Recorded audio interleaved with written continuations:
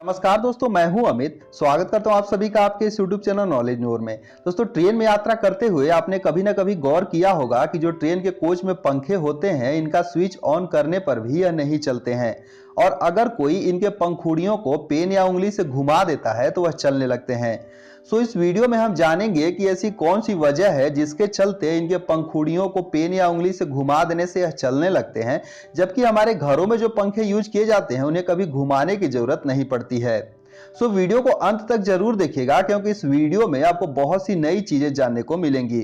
तो दोस्तों, सबसे पहले तो हम यह समझते हैं कि हमारे घरों में जो पंखे यूज किए जाते हैं और ये ट्रेन के कोच में जो पंखे यूज किए जाते हैं, इन दोनों में अंतर क्या है।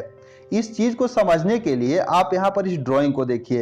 ये जो हमारे घरों में पंखे यूज किए जाते हैं यह एसी करंट से चलते हैं, जबकि जो ट्रेन के कोच में पंखे यूज किए जाते हैं यह डीसी करंट से चलते हैं। तो दोस्तों, इन दोनों पंखों के जो इंटरनल कंस्ट्रक्शन है यह एक दूसरे से बिल्कुल अलग होते हैं। यहाँ पर ये जो ट्रेन के कोच में पंखे यूज किए जाते हैं, इसमें डीसी ब्रशलेस मोटर का यूज किया जाता है, जबकि यहाँ पर जो बाइंडिंग होती है इसके मोटर की, इसमें जो है रोटेटिंग फील्ड को बनाने के लिए एक प्रकार का कैपेसिटर का यूज किया जाता है। तो दोस्तों, जैसा कि आप यहाँ पर ने जाना, ये जो ट्रेन के कोच में डीसी ब्रशलेस मोटर का यूज किया जाता है, तो सबसे पहले तो हम यह समझ लेते हैं कि डीसी ब्रशलेस मोटर क्या होता है। तो जैसा कि आप यहाँ पर इस इमेज में देख रहे हैं, यहाँ पर एक मोटर के कंस्ट्रक्शन को बताया गया है। एक मोटर में दो पार्ट होता है। जो पहला पार्ट होता है वह स्टेटर होता है और दूसरा जो है रोटर होता है। रोटर का मतलब कि घूमने वाला पार्ट। दोस्तों, इस रोटर में एक कॉइल होती है और इस कॉइल में सप्लाई दी जाती है, जिसके चलते यहाँ पर फ्लेमिंग के रूल से साउथ पोल और नॉर्थ पोल के चलते मैग्नेटिक फील्ड जनरेट होता है और यही मैग्नेटिक फील्ड यानी कि साउथ पोल और नॉर्थ पोल के चलते इसमें रोटेटिंग जो है मूवमेंट आता है और इसके चलते ये जो रोटर हैं घूमने लगते हैं।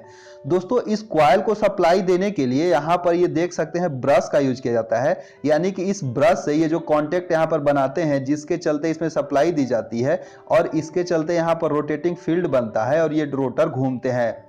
तो जो ट्रेन के कोच में पंखे यूज किए जाते हैं उसमें इस प्रकार का ये जो ब्रश है उसका यूज नहीं किया जाता, इसीलिए उसे ब्रशलेस मोटर कहा जाता है। तो दोस्तों, आप यहाँ जरूर जानना चाहेंगे कि जब यहाँ पर ब्रश नहीं है तो फिर यहाँ पर सप्लाई कैसे दी जाती होगी। तो उसकी कंस्ट्रक्शन थोड़ी अलग होती है। वहां पर किया क्या जाता है कि ये जो रोटर है वो बिल्कुल फिक्स होता है और ये जो स्टेटर है वहां पर वो घूमने लगते हैं, जिसके चलते वहां पर रोटरी फील्ड बनता है। तो चलिए इसके कंस्ट्रक्शन को समझते हैं ताकि चीजें आपको समझ में आ जाए कि आखिर हाथ से या पेन से घुमाने से वो जो पंखे हैं वह कैसे चलने लगते हैं। तो दोस्तों, इस बात को समझने से पहले हमारे घरों में जो पंखे यूज किए जाते हैं, पहले उसके कंस्ट्रक्शन को आपको समझ लेना जरूरी है। उसके बाद आप ट्रेन के कोच में लगे पंखों के कंस्ट्रक्शन को समझेंगे, जिससे आपको चीजें आसान से समझ में आएगी। तो जैसा कि आप यहाँ पर देख सकते हैं, इस इमेज में ये जो पंखा है इसके इंटरनल कंस्ट्रक्शन को दिखाया गया है। यहाँ पर दो तरह की वाइंडिंग है। एक वाइंडिंग यहाँ पर बाहर की साइड देख रहे हैं और एक यहाँ पर एक अंदर की साइड वाइंडिंग है। दोस्तों, ये जो वाइंडिंग होती है, यहाँ पर ये जो एक वाइंडिंग काम होता है स्टार्टिंग जो टॉर्क को बनाना और दूसरा जो बाइंडिंग होता है वो रनिंग टॉर्क को बनाना। तो रनिंग टॉर्क ये जो बाहर वाले हैं इसमें रनिंग टॉर्क बनाता है और ये जो अंदर वाले कॉइल हैं ये स्टार्टिंग टॉर्क बनाता है। तो दोस्तों, यहाँ पर किसी भी प्रकार का मैग्नेट का यूज नहीं किया जाता है। यहाँ पर सप्लाई देकर इलेक्ट्रोमैग्नेट इसमें बनाया जाता है और इसके बाद इसमें जो है मूविंग पार्ट यानी कि जो है घूमने का काम होता है। तो ये जो स्टार्टिंग करंट यहाँ पर स्टार्टिंग टॉर्क बनाने के लिए एक प्रकार का जो कैपेसिटर है इसका यूज किया जाता है और इसके वाइंडिंग के जो है सीरीज में ये कैपेसिटर को लगा दिया जाता है, जिसके चलते ये कैपेसिटर यानी कि स्टार्टर भी इसे बोलते हैं। तो ये स्टार्टर जो है स्टार्टिंग टॉर्क को देता है और स्टार्टिंग टॉर्क जब जनरेट हो जाती है तब ये जो है रोटेटिंग टॉर्क यहाँ इस कॉइल से मिलने लगती है, जिसके चलते ये पंखा घूमने लगता है। जबकि ये जो ट्रेन के कोच में जो पंखे यूज किए जाते हैं इसमें आप देख सकते हैं इनका कंस्ट्रक्शन बिल्कुल अलग है। इसमें होता क्या है कि यहाँ पर एक परमानेंट मैग्नेट का यूज किया जाता है। ये आप देख सकते हैं, ये जो रोटर है जो कि घूमने वाला पार्ट है, इसमें एक प्रकार का फिक्स मैग्नेट होता है जिसे कि चुंबक आप कह सकते हैं। ये जो चुंबक लगा होता है और इसमें जो कॉइल देख सकते हैं आप, एक ही कॉइल होता है। जैसे कि इस पंखे में आप यहाँ पर देखे थे, यहाँ पर दो तरह का कॉइल का यूज किया गया था, यानी कि इस कॉइल में इस कैपेसिटर को जोड़ा जाता है, जबकि इसमें जो है एक ही कॉइल का यूज किया गया है। यहाँ पर आप देख सकते हैं और इसमें किसी भी प्रकार का कैपेसिटर का यूज नहीं किया जाता है। यानी कि जिसमें जो स्टार्टिंग टॉर्क देने के लिए, जैसे ये कैपेसिटर इसमें स्टार्टिंग टॉर्क देता था, तो इसमें स्टार्टिंग टॉर्क देने के लिए कोई कैपेसिटर का यूज नहीं किया गया है। इसमें एक परमानेंट मैग्नेट होता है और इसी मैग्नेट में इस कॉइल को यहां पर डाल दिया जाता है। अब होता क्या है कि जैसे इस कॉइल में सप्लाई दी जाती है, तो यहाँ पर ये जो चूंकि ये जो पहले से मैग्नेट बना हुआ है, तो ये साउथ पोल बनाते हैं, और जब सप्लाई देने से ये जो नॉर्थ पोल बनेगा, तो साउथ और नॉर्थ यहाँ पर क्या करते हैं कि अट्रैक्ट करने की कोशिश करते हैं, और अगर साउथ साउथ जब मिलेगा तो वो रिपल करते हैं। तो इसी अट्रैक्शन और रिपल्सन के द्वारा इसमें एक प्रकार का मूवमेंट बनता है, जिसके चलते ये घूमने लगते हैं। यानी कि ये जो बाहर का पार्ट है ये घूमता है, ये चुंबक वाला पार्ट, और ये कॉइल वाला पार्ट है इसमें फिक्स रहता है।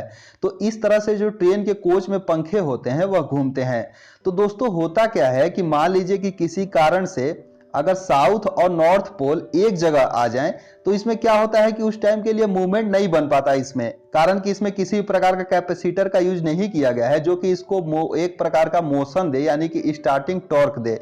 तो होता क्या है कि जब ये साउथ और नॉर्थ किसी कारण से, मान लीजिए कि पंखे में कोई जाम हो जाए, या फिर कोई अच्छे से ऑयलिंग ना हो, या फिर किसी कारण से वो साउथ और नॉर्थ पोल एक जगह आकर अटक जाते हैं, तो जिसके चलते इसमें एक मूवमेंट नहीं आ पाता है। और जब कोई पेन या उंगली से इसमें जो है पंखों को घुमाकर इसमें एक प्रकार का मोशन दे देता है, यानी कि यहाँ साउथ और नॉर्थ पोल एक दूसरे को जो है हट जाते हैं, साउथ साउथ आ जाते हैं या नॉर्थ नॉर्थ आ जाते हैं, तो एक दूसरे को रिपल कर देते हैं, जिसके चलते यहां पर एक प्रकार का मोशन आ जाता है, यानी कि रोटेशन आ जाता है, और पुनः वो अपनी स्पीड में घूमने लगते हैं। तो यही वजह है कि जो ट्रेन के कोच में पंखे लगे होते हैं उनमें हाथ या पेन से घुमाने से वो घूमने लगते हैं, क्योंकि उसमें किसी भी प्रकार का कैपेसिटर इस तरह का यूज नहीं किया जाता है जो कि उसको स्टार्टिंग टॉर्क दे। वह जो है यहाँ पर मैग्नेट के चलते अट्रैक्शन या रिपल्सन से उसमें मूवमेंट होता है, जिसके चलते पंखे घूमते हैं, इसीलिए ऐसी यहाँ पर दिक्कतें आती है।